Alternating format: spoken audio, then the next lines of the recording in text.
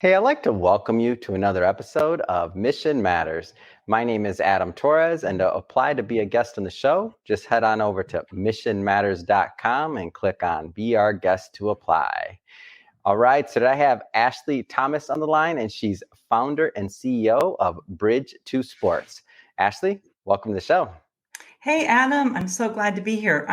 It's an honor to be here. Thank you for the opportunity. Oh, Ashley, first off, I love your background. I love that we match. Come on, Red. We're recording this in December of 2021. I see your red flowers in the background. Look amazing.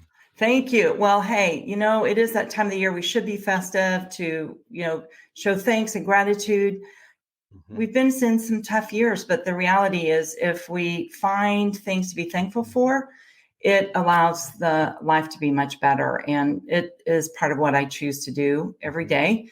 For people who don't know, I am a wheelchair user, and there are a lot of things that can get you down, especially with COVID and all the shutdowns and parents homeschooling, and the list goes on and on and on. Yeah. And I think even for us at Bridge to Sports, we were proactive to not go into that poor us versus how do we save lives, and that became kind of our mantra through that really challenging time. But we should celebrate life. It is good.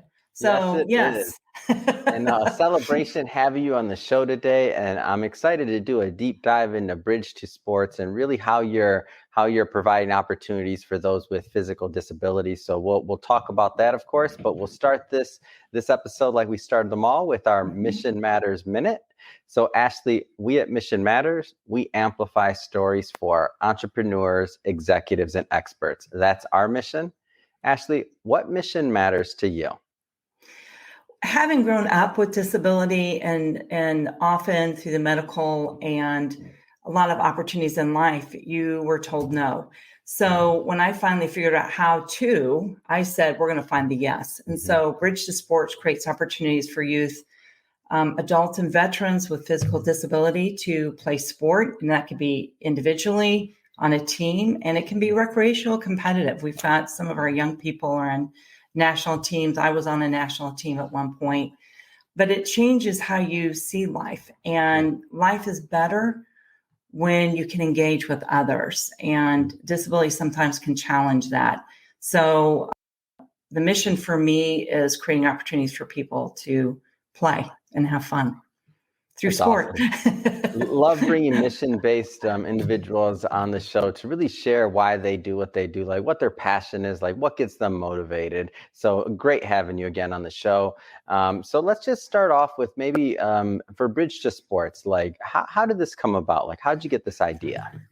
Well, as I shared with you, I was born with spina bifida. I was ambulatory when I was younger, but I eventually did go to a wheelchair, and I can go into a lot of detail as a child not participating through different things, or always having to be aware of your walking. And so you really couldn't really engage in the world around you because I couldn't feel my feet.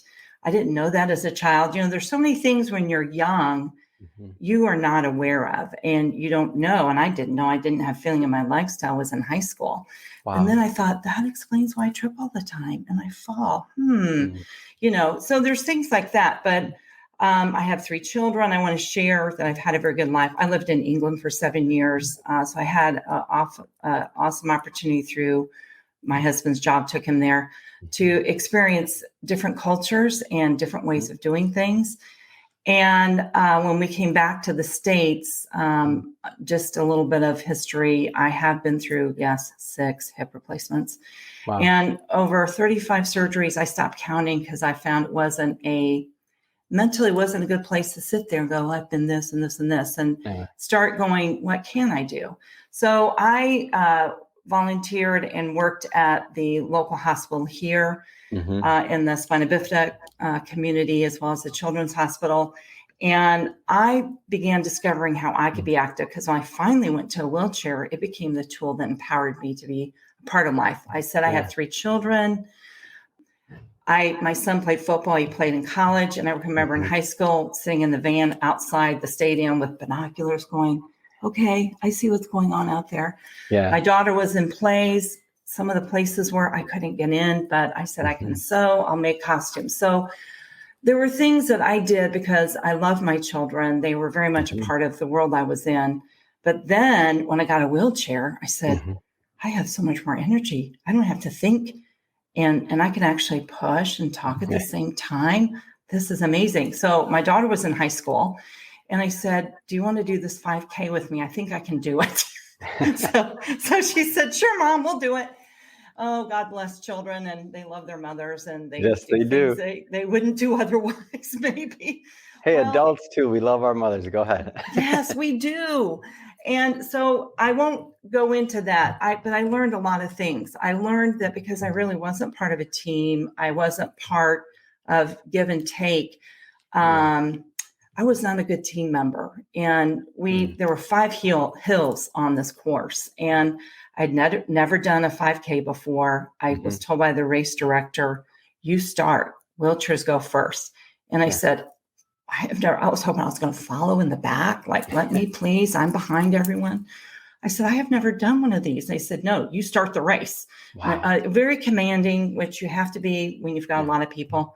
So I said to my daughter, we have to start the race. So she said, all right, we got this, Mom. Well, it was a big hill. There was a police car there because they were going ahead. And for people who don't know, there's a camber in roads. They gently come down. And the sweet spot for a wheelchair is right in the middle because you roll even and it's better on your shoulder. So you're not like pushing really hard one way or the other. Yeah. Well, I'm sitting here going, this car is in my way. And I said, they told me to go. The race started. So I had to go around the police car. And then I had to get in front of the police car. And the police car is going, get to the side of the road. And I thought, no, I will not make it. I've trained for this, but I will not make it. So I am in the middle of the road. And he finally gave up on me because I said, no, I'm not getting over. I have to stay here if I'm going to do it. So we're going up. I was totally not dressed right. I had never done a 5K. So whenever you go to races or thing and you see someone who's out of order, be kind to them. It's probably their first race and they don't know what they're doing. Yeah. So anyway, I'm overheating and my daughter's she's running up ahead and I'm saying, no, Joe. Her name is Joanna.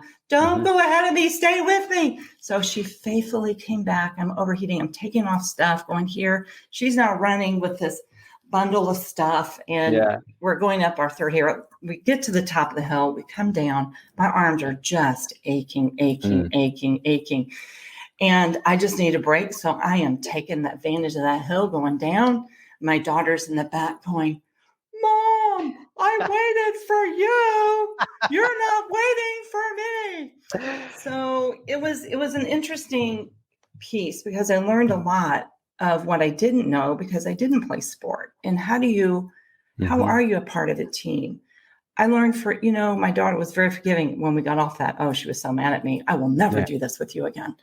But, and I had to say, I'm so sorry, Joe. No, so you go through those little pieces, but because you love one another, you struggle through it. And you end up getting a better understanding because I wasn't a good team member, but it was kind of the awakening of what the power sport and recreational sports can do for people. And it's a world I never engaged in. The other part of this is I was with, 100 other people doing this 5K and they were doing it for the love of running and exercise. And we were running, raising money for a good cause. And they were high-fiving and encouraging, and to get affirmation from other athletes was so empowering for me personally. And I, again, never had been in that experience. So after we got through this, it totally changed my world. And I tried to implement things through the systems I was in. And systems are there for certain reasons, but it is very hard to break a system because there's, especially in the medical model, there's very specific things you're trying to achieve. And it is very much a box. So I ended up going, well, I believe this will make a difference. And I kept going to the clinic and seeing all these children and at the hospital that had lost hope, parents who had lost hope. And I kept thinking, this can't be the right way to live. So I ended up going, you know what? I'm just going to try something. I don't know how to run a nonprofit. I don't know what to do. But we're going to try. And, God bless some of my friends who are still my friends today. Thank you very much. We sat around my kitchen table and began putting things together. My husband was a lawyer at the time. Well, he still is. But we are no longer married. But the reality is he put the bylaws in place. And so I had amazing support that way to begin putting an organization. And then I went to courses to learn what the heck I was doing. I went to some adaptive conferences and just began educating myself. But we started, and I want to say this to anyone who is out there, because I tagged a lot of disability groups in there. The world is never perfect and you never have all you need, but it is not the reason to not start. And I remember writing grants and they said, but you don't have a program. I said, well, I can't do wheelchair basketball without a sport chair. Yeah. So I have this amazing black and white book of the history of wheelchair basketball. And I said, all right, look at what these poor veterans are playing in. Our chairs are much better than this. Yeah. So I kind of got parents together and I said, look, guys, we're going to read this book. Our equipment right now is better than what these people played in. And we're going to start without anything. Wow. And we will eventually get equipment because it's that chicken and egg thing. And this is, again, what I want to say to everyone listening. When you go somewhere and you see somebody who isn't quite together, go and put your arm around them and say, how can I help? Yeah. Be a part of our group. Let me teach you the equipment. Let me show you what you need. So fortunately, here in North Carolina, there was an amazing guy, Dave Kiley, who's a multi-Paralympian, and his program was a few years ahead of mine. They do wheelchair basketball. And he was one of my mentors. And he said, Ashley, just come. We'll share our equipment with you. And it set a tone because we now in North Carolina, children can compete in track and field and score points. We were one of the first in the nation to do that. But we have a lending equipment program, and it makes me so happy when we have nothing left in the warehouse, and it's all over the state. But, when we talk about mission matters, I always like to bring it down to the person. Each one of us matters. We can make a difference in the world that we're in, how we behave, and how we extend kindness or even grace. Because when we showed up, we didn't even have, uniforms. And if you saw us today, and I want to encourage everybody, go to bridge2sports.org. We just hosted another Sanctuary Youth Wheelchair Basketball tournament. We have all the equipment. Our kids have uniforms that match. And it changes lives for them because they are now part of a bigger community. They're challenging that mental side of disability, which, the brain really can knock all of us. But if we consider that brain, no, I use a wheelchair, but I am not disabled. I live life every day with limitations, but I do not live with disability. There is power in that. I am no longer limited by whatever limitations I have. And I've never met a perfect person. Yeah. And so the reality is we all have some sort of limit. And absolutely. And I learned from other people, this brain thing that tells us what we can and cannot do is a powerful tool.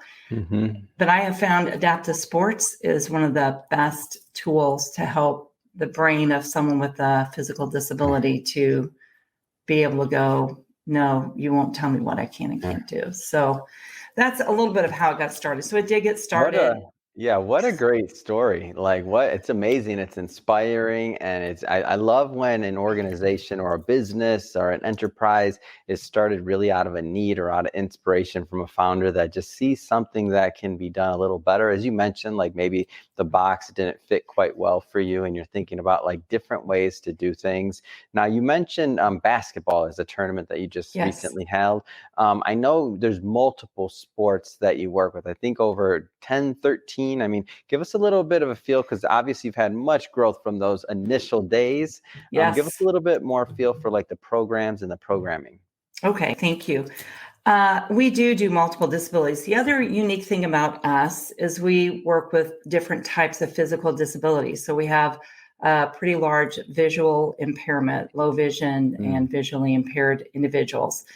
We have people with spina bifida, spinal cord injury, Yeah. cerebral palsy, muscular dystrophy, stroke, ALS. I mean, amputations, multiple Yeah. amputations.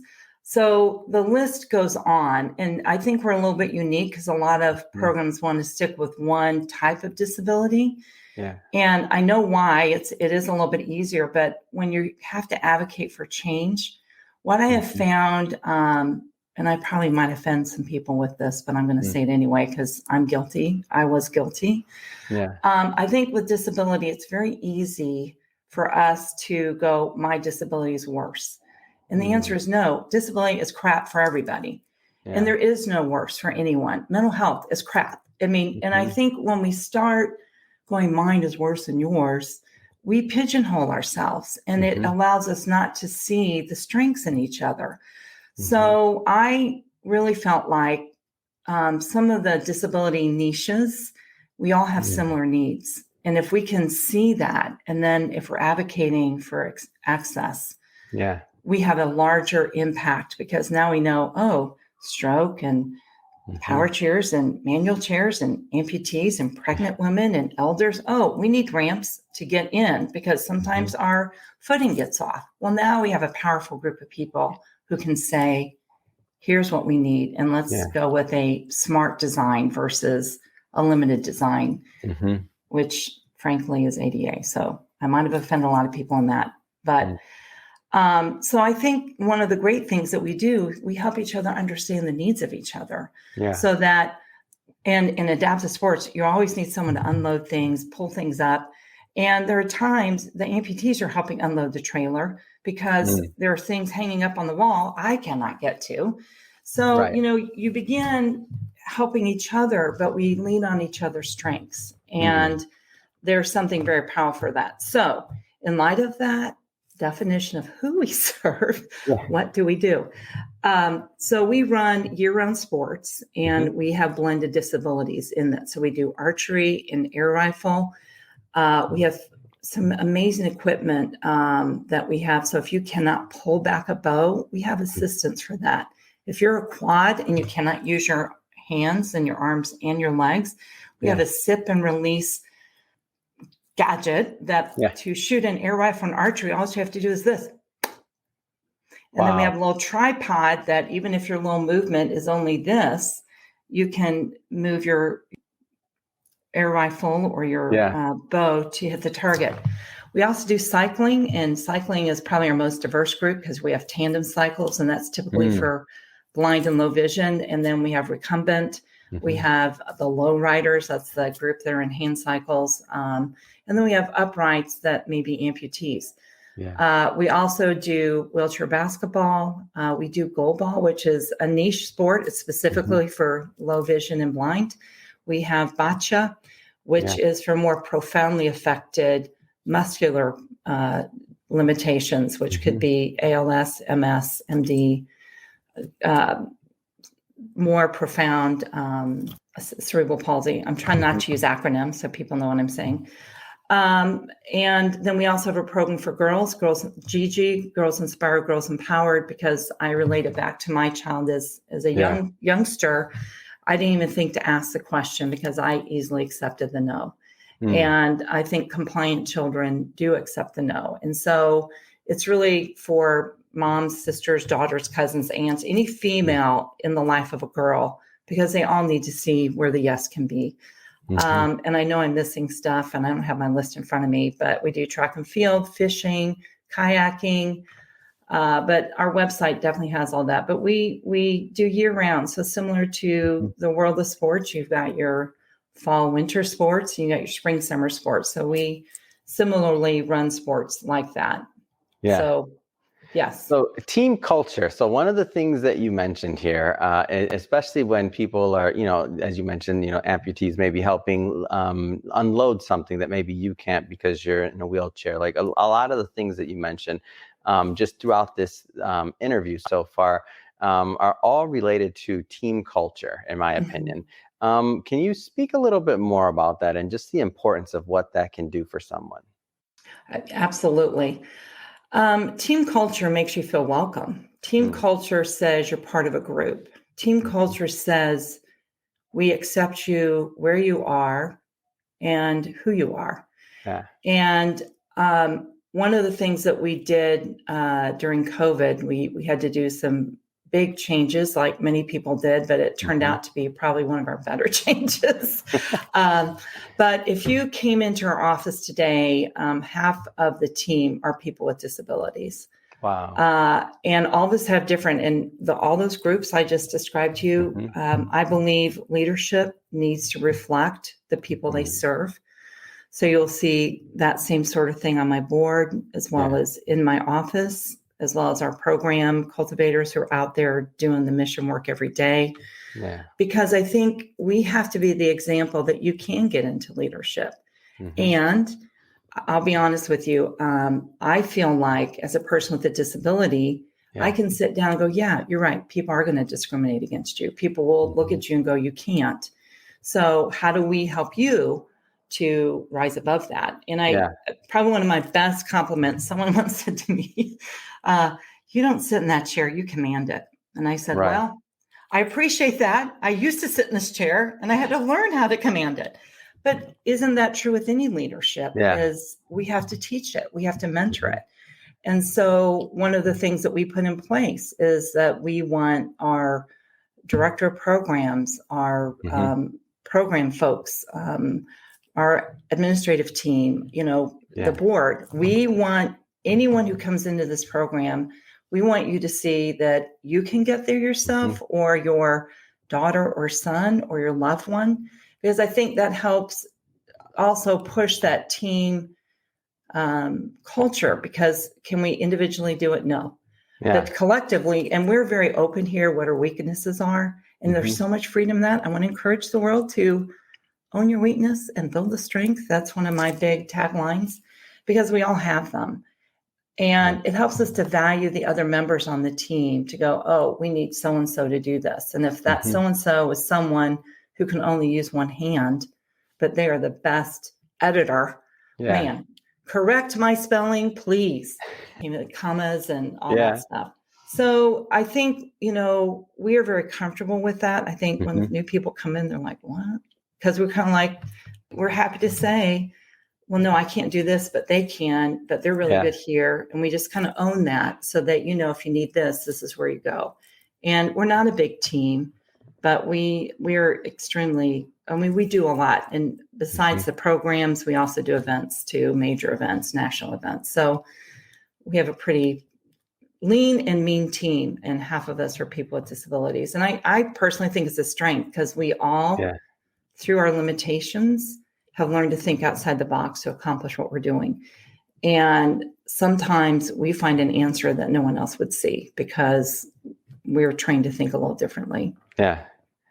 What an amazing story. And I know there's some people watching this right now, and they're thinking, first off, their mind's blown, just like mine. And they're excited about the mission, what you're doing, how you're doing it, how you're affecting people's lives. And they're thinking about, how can they get involved? How can we get involved? So tell us a little bit more about your 360 Club, and really how people can get involved in the mission. Okay. Thank you, Adam. I appreciate that. It's very kind of you. So what our 360 Club is, it's really our monthly donor support. And in a nonprofit, it is that funding that is what we call unencumbered funding. So if you have to replace tires on a vehicle, you can take that money and go and spend it. And so one of the goals that we have been trying to do is build up our 360 Club. And it's a monthly donation every month. And we are asking people to start with 30. And people go, why? Well, there are gateways. Whenever you do, and you'll know this, Adam. I mean, anyone in business, we know these things.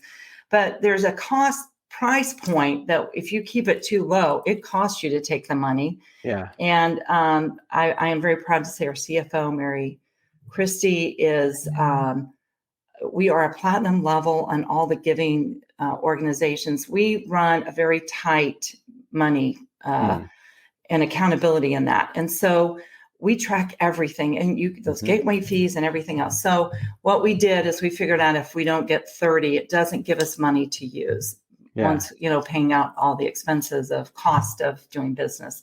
So So 30 is the minimum, but hey, if someone wants to give 100 a month, we have some of our donors who do that. So we don't limit the top end of that, but it helps us to really take care of scholarships. I will say a lot of our people in the organization, and I will talk for myself. Myself is the best way to expose this because I don't want to share other people's stories because I really respect that and feel like it's their story to sell. But when you have hardware, a wheelchair, a prosthetic leg, a special needs van, I like to call my van. I finally had to go to a ramp van because I was having some significant shoulder issues. I'm aging, and it's just part of the joy of the journey. Yeah. So it's like, doggone it. I didn't want one of those vans till I was 65, but had to get a little bit earlier. All of that is very expensive. So my regular day chair is $8,500. Insurance usually only pays $2,400. The ramp on my van is over $30,000. That system is. Wow. So the daily life of just the physicality that one needs. Everyone has a medical item on their budget, and for me, outside of paying for insurance, my budget is $15,000 a year out of pocket. So we know we don't charge big fees to be a part of our program. We do expect everyone to put something in. So we have a $200 monthly or annual fee for anything. If you pay $200, you can be a part of our events, you can go to every program we do. Yeah. So part of the 360 also helps scholarship because even at, what seems to be a nominal amount, we have people who can't afford that. So the 360 Club helps us to scholarship folks who can't do it. And then buy equipment. Sometimes we get a new person in and they need a different piece of equipment that we have.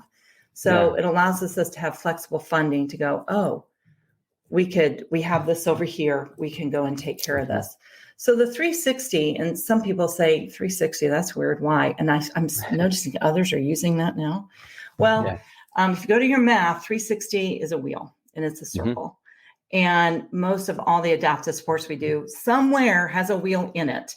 And so we thought, that's a fun play on it. It kind of is a subtle expression of adaptive sports. It's not in your face, but the other thing is 360 is an annual commitment. It's an annual commitment.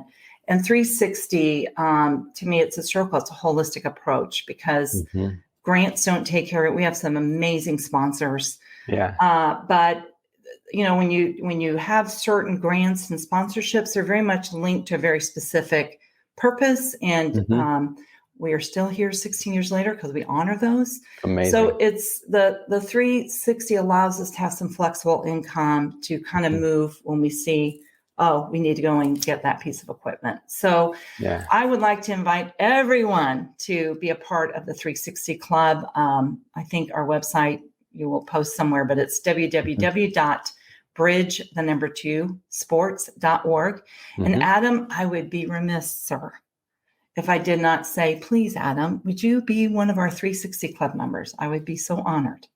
Oh, I love it. And I love that you bring this up. And as you mentioned, by the way, we will have all of this in our show notes. We'll put it all on there 100% because we want our audience to go take a look at this. And we definitely want them to get involved. And speaking of the 360 Club and also of just the impact you're making in people's lives, maybe share a little bit about that, like the end result of what can happen. And you don't have to share anybody's name, of course, anything like that. I know we respect everybody's privacy, but I know you just have, you said 16 years later, you're still here. I mean, I know you've saved or you've helped many individuals along their path. Can you share a little bit about that? So I will. I'm going to do an old story and a new story. Coaching to me is where I always say to the program folks, it is the heart of the mission. If you guys have a need, I will find a way to take care of it because that is really where lives are changed. So I'll give a little bit of statistical data. So one of our core values for youth is to do 4 goal settings. So when you come into program, we want you to think of an independence goal. We want you to come up with an academic goal because I believe disability doesn't define outcomes. Opportunities do. But if you don't set yourself up to take opportunity, it will not be knocking at your door. So I think grades really matter and getting train to do a trade or to go to college is impertinent now in the technical world that we're in. So it's a big deal for me. And I have 3 kids. They all went to school. And I think if I didn't hold that standard to the kids we serve, it would be remiss. Then the team comes up with a team goal, what they're trying to accomplish for that season. And then the individual will come up with a skill goal for that season. So what I would like to say is in the last 6 years, 100% of our kids have gone on to college or tech school. Wow. We now have kids who have master's program and are teaching at universities. We also have some of those who are on staff with us. So I know the world, and sometimes with some disabilities, the medical model says they will never be able to academically achieve. And I just want to say to everyone who might be listening with a disability, don't believe it. I have not found that to be true. Opportunity is what creates limitation. And I don't want to get into all the theory of development of a child, but if a child is limited in their movement, we know movement helps develop the connectivity between the right brain, left brain. So my experience tells me it comes later, but it absolutely comes. And then by the time they're in high school, they are tracking with their peers. So don't give up, because and sport creates all that connectivity. That's the other beauty of sport. It helps the brain to grow and heal. All right. So, but I had this young kid, and I found this often with our male counterparts. I think by the time those hormones kick in, they start thinking, what am I going to do? So we, in high school, what are you going to do? You got 4 years. What's your plan? How are you going to do this? Yeah. And this young man ended up saying, I want to be a firefighter. Well, he was a little person, and he was a wheelchair user. And I will never tell anyone what they're doing. I will never say no. Yeah. So I said, that's so interesting. I said, I did not know you were an adrenaline junkie. I said, that's interesting. So I said, what about a call person? Because and someone at that time had just saved lives because they were fast. So that was 1 year. So now we're here. Next year, we're going through it again. And I said, okay, what's our plan? And he wanted to be a chef. Well, I know this as a wheelchair user. Kitchens are not designed for me to cook in. Yeah. And I thought, well, who knows? Maybe he will be a brilliant chef. We don't know. Yeah. So we are very fortunately to be housed in Research Triangle Park. So we have access to NC State, Duke, UNC, NC Central. And I can tell you whatever specific area of need you have, it's covered. And I am so grateful for that, but we utilize it. So we reached out to one of the engineering programs and said, can you design a small little kitchen that has a burner that's at his level so he can cook? All right. So we got through that. Well, then the 3rd year, we're back again, and he had some medical issues. And I will say this, his parents said, you don't understand. I said, oh, I understand. I had surgeries as a child. Yeah. That was back when there was dictionaries and encyclopedias and no internet. And you know what? It was still expected for me to keep up. And that little home teacher came for 2 hours a day, and it was expected I still had to keep up. So I said, I think I might understand better than you. And we cannot let that be a bye. So then he thought he might like to do music. And this started going, okay, both of his parents were musicians. And I'm like, yeah, all right, we might now be kind of getting to the talent pool here. Yeah.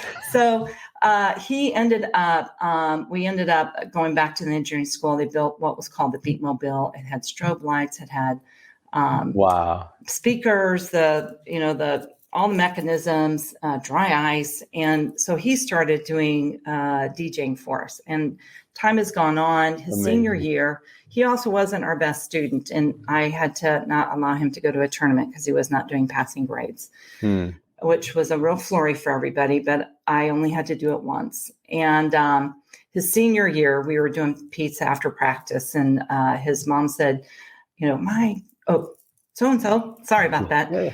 I don't think he would mind. I asked him to write a story because it's a powerful one. But, tell Miss Ashley. And he was being cool. And I'm like, he'll get around to tell me, just hang back. So after it was all over, I said, what's the great news? And he said, I made the A honor roll. Wow. And this is a kid who struggled. And I said, what made the difference? He said, I found my purpose. And I think that is the key. And when you have disability, it doesn't mean you can't. And you have to explore. And when someone says something that was totally, you would go, you can't do that. Well, what about that was intriguing? And he now has his own company. He DJs us. He's been around some pretty impressive people. Yeah. And he always does our stuff, and we pay him. And it's really great to see that. So there's someone who's come full circle. Yeah. And then recently we have, and this is a little different story, but it was a young person who didn't have half a brain and was not given opportunity. And now this person is on a wheelchair basketball team and is very articulate. Yeah. Is able to manage. Is she equal to her peers? No. But what I do know is give her more time and she will be, because it goes back to that developmental piece of opportunity creates outcome. And the medical said have no expectation, zero, won't talk, won't walk, all these things. And the truth is she is. She's got phenomenal parents, and it's never, I can't say we take all the credit. No, we don't. But when you can get in with your peers and you see others and you find acceptance, going back to that team philosophy, it does create outcomes. We also serve veterans. We did some quick shifting when everything shut down. We do a lot. We do a lot with veterans. And I remember saying to our team, I said, guys, if we do not come up with a solution, we're going to have suicides. So our mission now is to save lives. How are we going to do it? And I'm very proud of our team. With fear and intrepidation, we came up with a really strong COVID policy. And we have been running in-person programs for 18 months. And thank God, with no COVID outbreak. So I can affirm wearing masks, washing your hands, going back to basic cleanliness, and then honoring, if you think you've been exposed, don't come in. We work with university students. We said, look, we have at-risk people. If you think you've been exposed, you're out for 14 days. And people honored that. And we have not had issues. And we've had veterans who, through different things throughout the year, they say, you guys saved our lives. We have a virtual event program that we designed for them because we have people all over the country who can't be here.